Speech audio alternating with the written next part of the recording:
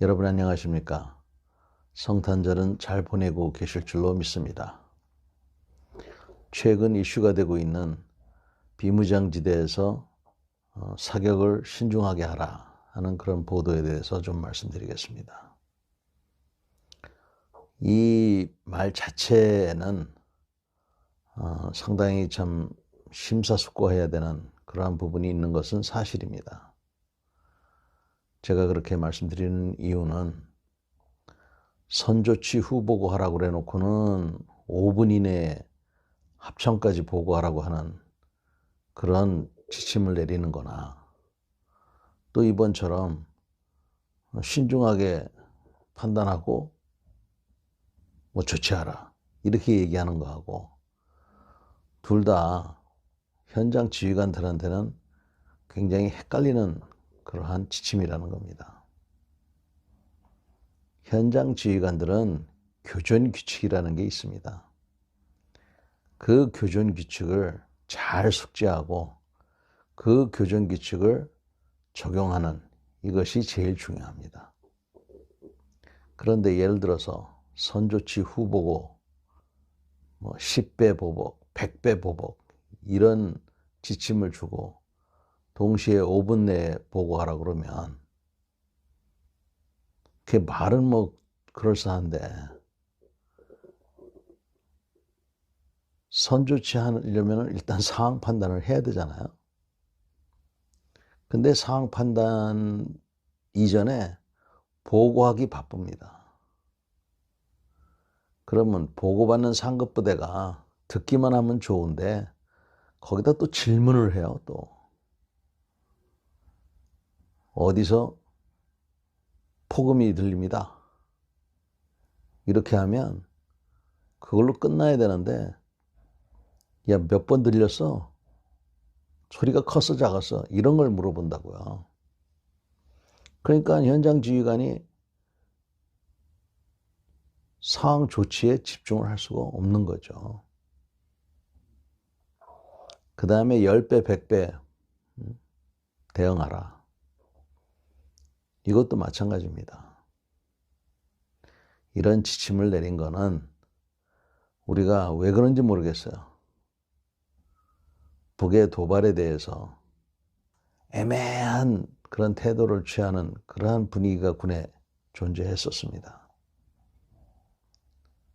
그게 여러분들 생각하는 것처럼 적이 사격을 하면 정확히 어디서 총알이 날라오고 포탄이 날라오고 이게 포탄인지 뭔지 이거 알기가 쉬운 것 같지만 영화 같지 않습니다. 애매해요. 그러니까 하다 보면 대응할 수 있는 적기를 놓칠 수가 있는 겁니다. 또 간혹 경우 보면 아주 비굴한 그런 지휘관들도 있어요. 귀찮으니까 보고 안 하는 옛날 80년대 있었던 그런 일들이야. 그래서 그런 보고를 철저히 하라고 하면서 또 대응을 소극적으로 하니까 적극적으로 하라는 그런 의미에서 그런 지침들을 준 거죠. 근데 100배 보복하라고 그러면 열광하는 사람들이 있어. 100배 보복해서 확전이 되면 그게 그렇게 좋은 겁니까? 다시 말씀드리지만 비무장지대 내에서 또 어느 전장터에서든지 가장 중요한 거는 교전 규칙이라는 거예요. 그래서 그 교전 규칙이라는 게 제일 중요하고 그 교전 규칙에 혼선을 주는 그 어떠한 지침도 바람직하지 않은 겁니다. 그러면 이번에 신중하게 판단하라. 이렇게 하는 것도 마찬가지죠. 자초지종을 들어보니까 신중하게 판단할 필요는 충분히 있겠더라고요. 지금 그 군사분계선. 군사분계선이라는 거는 6.25 전쟁 때 정전협정을 맺으면서 우리가 휴전선에 1292개의 말뚝을 박았습니다. 그 선을 연하는 선이 군사분계선이에요. 지금 세월이 지나다 보니까 한 5분의 1 정도가 남아 있습니다. 잘 안 보이는 데가 많다는 거죠. 옛날에는 GPS도 없고 뭐 지도도 그렇고 해서 이거 표정이라고 하는데 이 표정을 제대로 못한 겁니다. 또 할 때 사람들이 또 뭐 실수도 했고 인수인계도 잘 안 되고 이러다 보니까 지금 이 군사분계선이 우리들조차도 지금 혼란이 있는 거예요. 우리 한국군이 갖고 있는 그 군사분계선, 유엔군 사령부가 갖고 있는 군사분계선, 그리고 실제 말뚝이 박혀져 있는 군사분계선, 이 세 가지 종류가 존재하는 겁니다. 우리가 갖고 있는 군사분계선도 그 당시에는 미국 정부하고 협조를 했어요. 근데 그 당시에도 하여간 정확하게 안 된 거죠. 우리가 갖고 있는 군사분계선이라는 게 지금 우리 각종 지도에 나타나 있는 그 선입니다. 이 세 개의 선 중에서 가장 중요한 거는 말뚝이 실제 있는 곳입니다. 근데 말씀드렸다시피 5분의 4가 거의 뭐 80%가 지금 존재하지가 않아요. 그러다 보니까 북한군이 군사분계선에 접근을 하면 우리가 경고사격을 합니다. 이 교전규칙이에요. 그리고 그걸 넘으면 또 경고사격과 경고방송을 해요. 그래도 넘어오면 사격을 하는 겁니다. 근데 나중에 보니까 우리는 북한이 넘어왔다고 생각하고 경고방송도 하고 경고사격도 했는데 나중에 보니까 말뚝이 우리가 생각했던 것보다 남쪽에 있는 거예요. 그러니까 사실은 우리가 잘했다고 할 수가 없는 거죠. 그래서 이거 좀 정확하게 할 필요가 있다 하고 북한하고 대화를 하려고 해도 얘네들이 대화에 응하지도 않아요 또. 그래서 몇 년 전부터 이 넘어올 때 그런 걸 잘 판단해서 하라는 그런 지침이 이번에 우리가 그 전방부대에만 해당하는 그러한 지침서가 있습니다. 거기에 반영이 됐는데 그 반영이 된 거를 사람이 바뀌고 하니까 이게 뭐 새 것처럼 이렇게 느껴진 것으로 보입니다.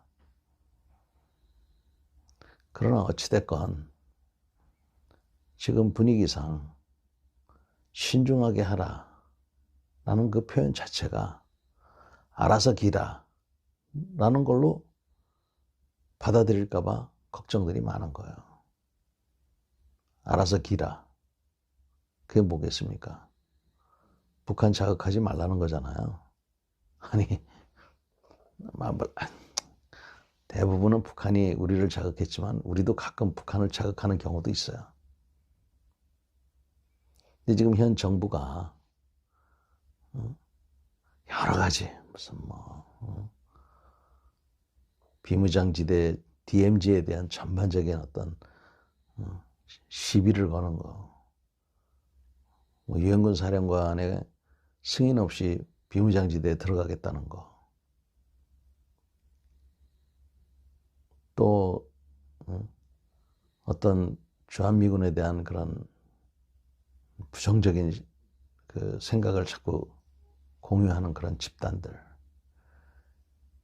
이런 사람들이 있으니까 그냥 신중하게 하라는 건 당연한 얘기인데 그 신중하게 하라는 얘기가 알아서 기라는 얘기로 이렇게 들리는 경우가 있는 겁니다. 그래서 이번에 신중하게 하라는 거는 사실은 그 속사정을 보면은 이치에 맞게 여기 좀 군사분계선에 혼란이 있으니까 그 혼란 속에서 정확한 지침을 따르라는 겁니다. 그 정확한 지침은 제가 말씀을 드리지 않겠습니다.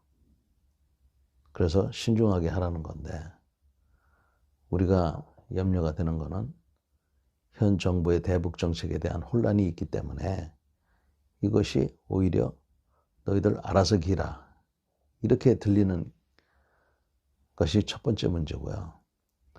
두 번째는 알아서 기라고 그렇게 알아듣는 그런 전방 지휘관이 혹시라도 있을까 봐 하는 겁니다. 전방에서는 오로지 한 가지 교전 규칙만 숙지하고 교전 규칙에 나와 있는 대로 하면 됩니다. 다른 지침들 뭐 선조치 후보고해라. 5분 내에 보고해라. 신중하게 판단해라. 100배 응사해라. 저기 총을 쏘면은 그 발수 세고 있습니까? 참 정말 한심한 그런 지침이에요. 이런 것들은 그야말로 한 귀로 듣고 한 귀로 흘려보내는 그런 게 필요하지 않을까. 그런 깡다구를 전방 지휘관들은 특히 대대장들은 갖고 있어야 됩니다. 여러분 남은 휴일 기간 즐겁고 행복하게 잘 보내십시오. 그러나 이 순간에도 매서운 추위에서 우리를 지켜주는 군인들이 있음을 감사하게 생각합시다. 그리고 그들을 정치에 끌어들이지 맙시다. 감사합니다.